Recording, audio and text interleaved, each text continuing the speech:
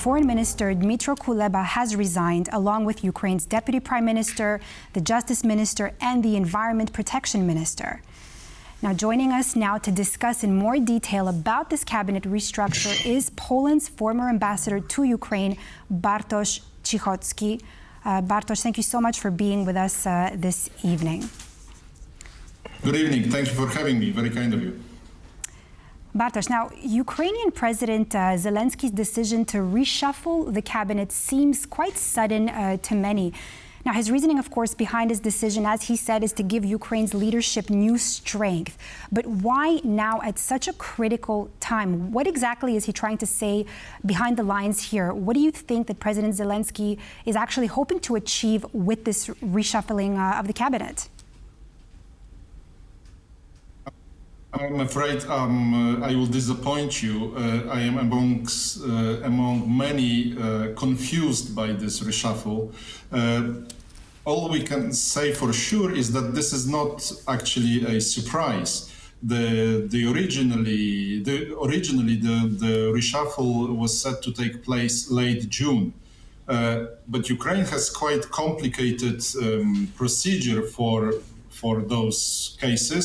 The parliament has to first accept the dismissals, then accept the new nominations. And then back in June, there was no enough deputies present in the parliament. So we expected the reshuffle, but still, when I talk to my colleagues, my friends in Kyiv, nobody actually gives me a confidence of understanding why exactly, why now, why those ministers.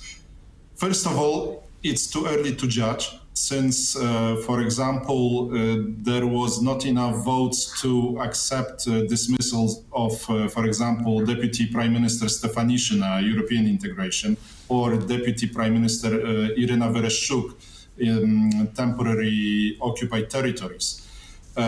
So this would probably come back, those dismissals would come back to the parliament.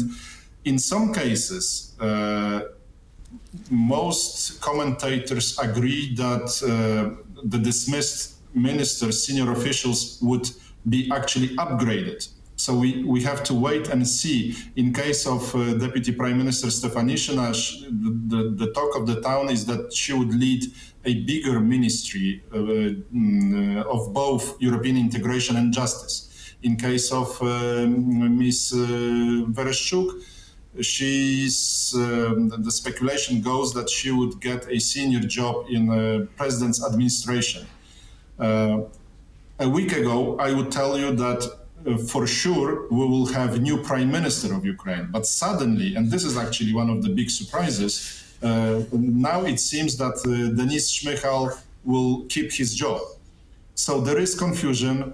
I would say, from my comfortable distance in Warsaw, this is the last thing, the confusion is the last thing Ukraine needs in a very delicate, very difficult situation with Russia's offensive toward Pokrovsk in the east and Ukraine's operation in the Kursk region.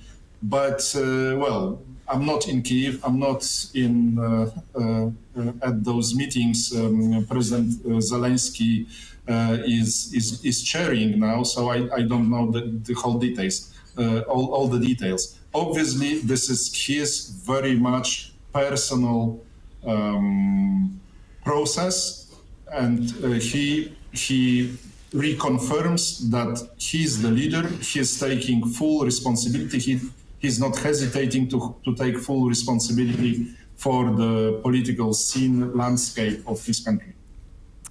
You know, Bartosz, you said, I mean, you're not there right now, but I mean, you were the ambassador. You spent a few years in Ukraine, and you were also there, correct me if I'm wrong, you were there when the war started. Right now, I want to talk about a question to you about impact. Now, we know that Ukrainian Foreign Minister Dmytro Kuleba, who's been a key figure, right, in Ukraine's diplomacy throughout the war with Russia since the beginning. Now, he decided to also hand in his resignation. As you said, it's not yet accepted either. But now, What impact could Kuleba's resignation, along with the other ministers, if you can say, what impact could this actually have on Ukraine's international relations, particularly on its foreign policy with the West? What can you tell us about that? Well, first of all, with all due respect to Dmytro Kuleba, whom I have honor to know, his resignation was long expected. He's set to become ambassador in one of the G7 countries. He asked for it. This change is not a result of criticism or President Zelensky's disappointment. It was agreed.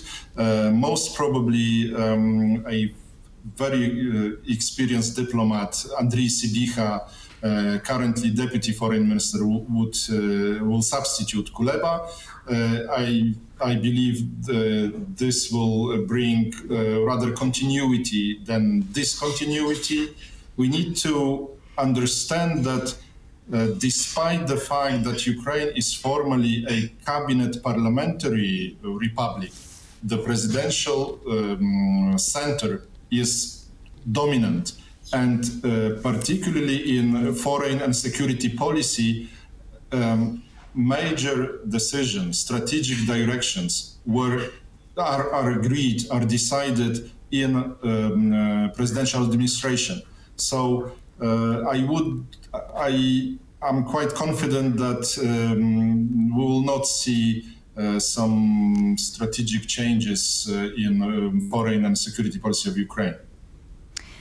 Bartosz, what about here the situation? Let's look at Poland and Ukraine relations here. Now, do you think that this cabinet reshuffling, and how do you think that this could potentially influence the relationship with Poland?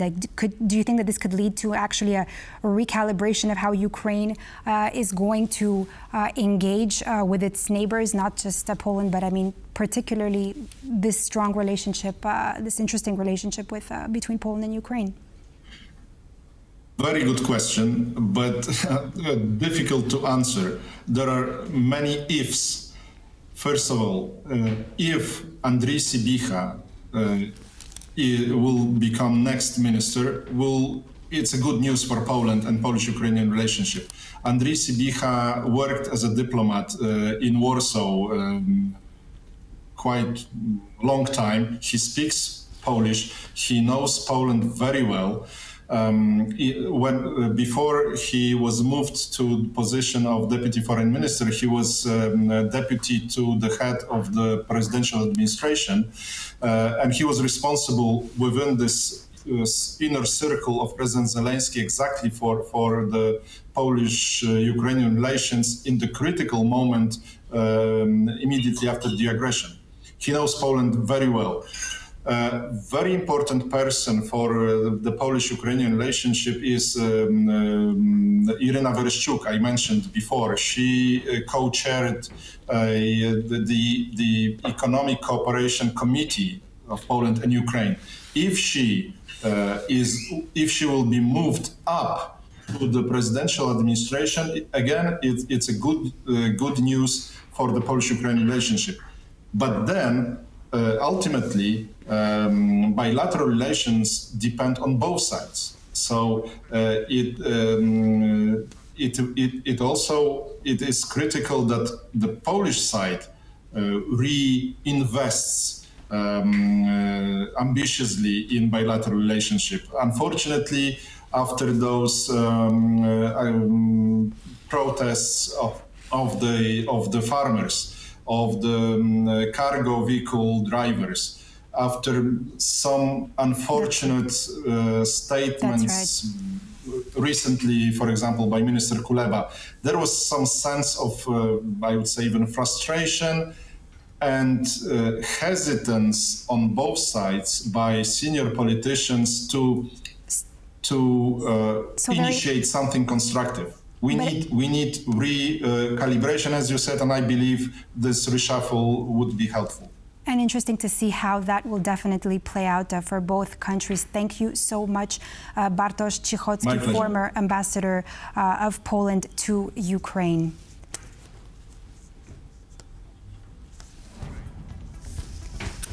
That's all for this edition of World News Tonight for TVP World. I'm Diana Skye. Thanks for watching. Have a good night.